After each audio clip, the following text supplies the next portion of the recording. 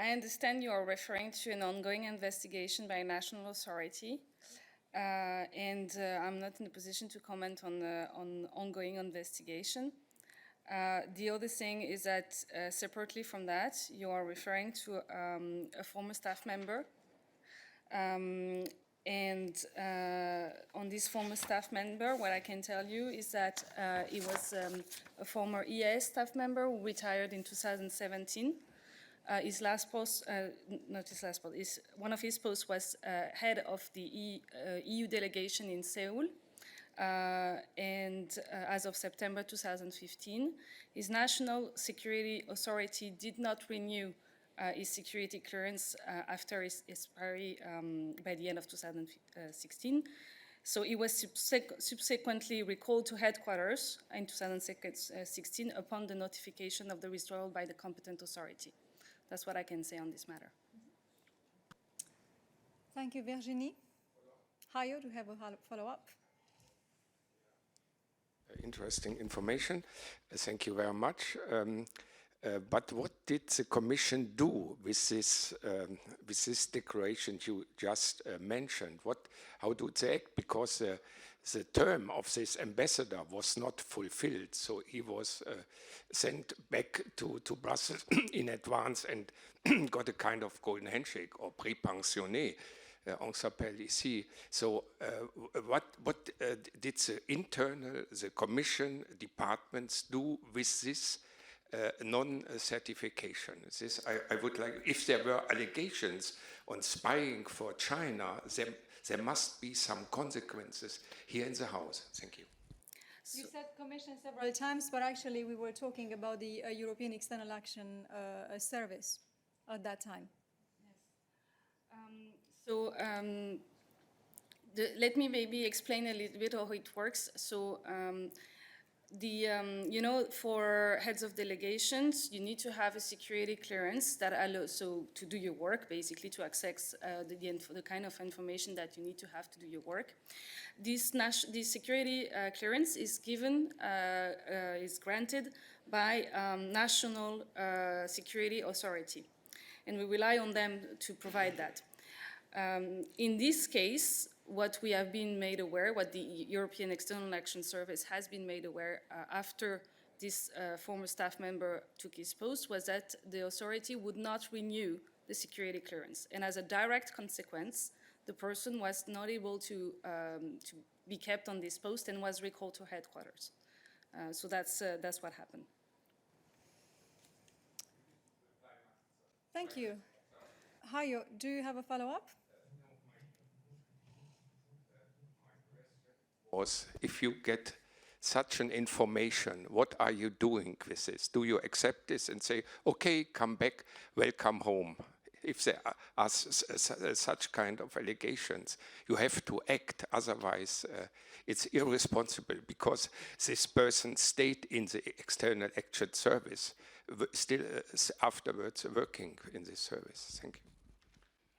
I should have indeed added that the national authority, when they decide on the granting or withdrawing or not renewing a security clearance, they don't have to provide the information to us for a reason to do so.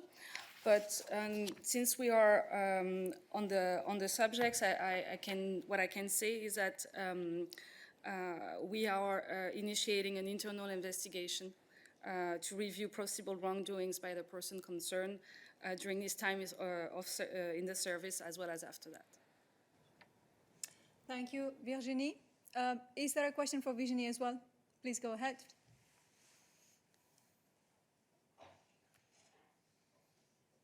Thank you. On the same matter, Virginie, did the External Action Service at no point ask the German authorities why they withdrew the security clearance?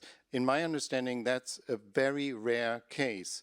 So it would normally, it should send shockwaves through the service.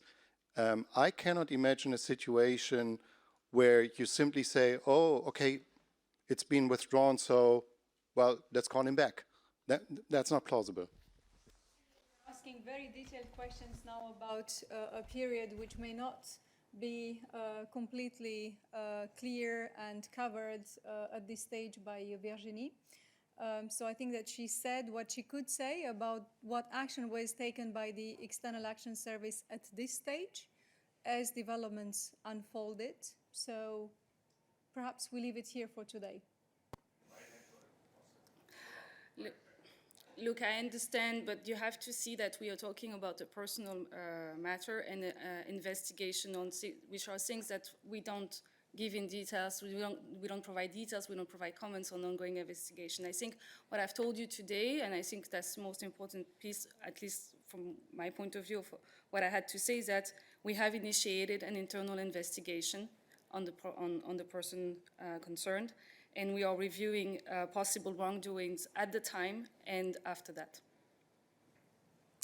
Thank you very much, Virginie. So, but you started now with this procedure, not when it happened. Well, we have initiated the investigation, yes, now.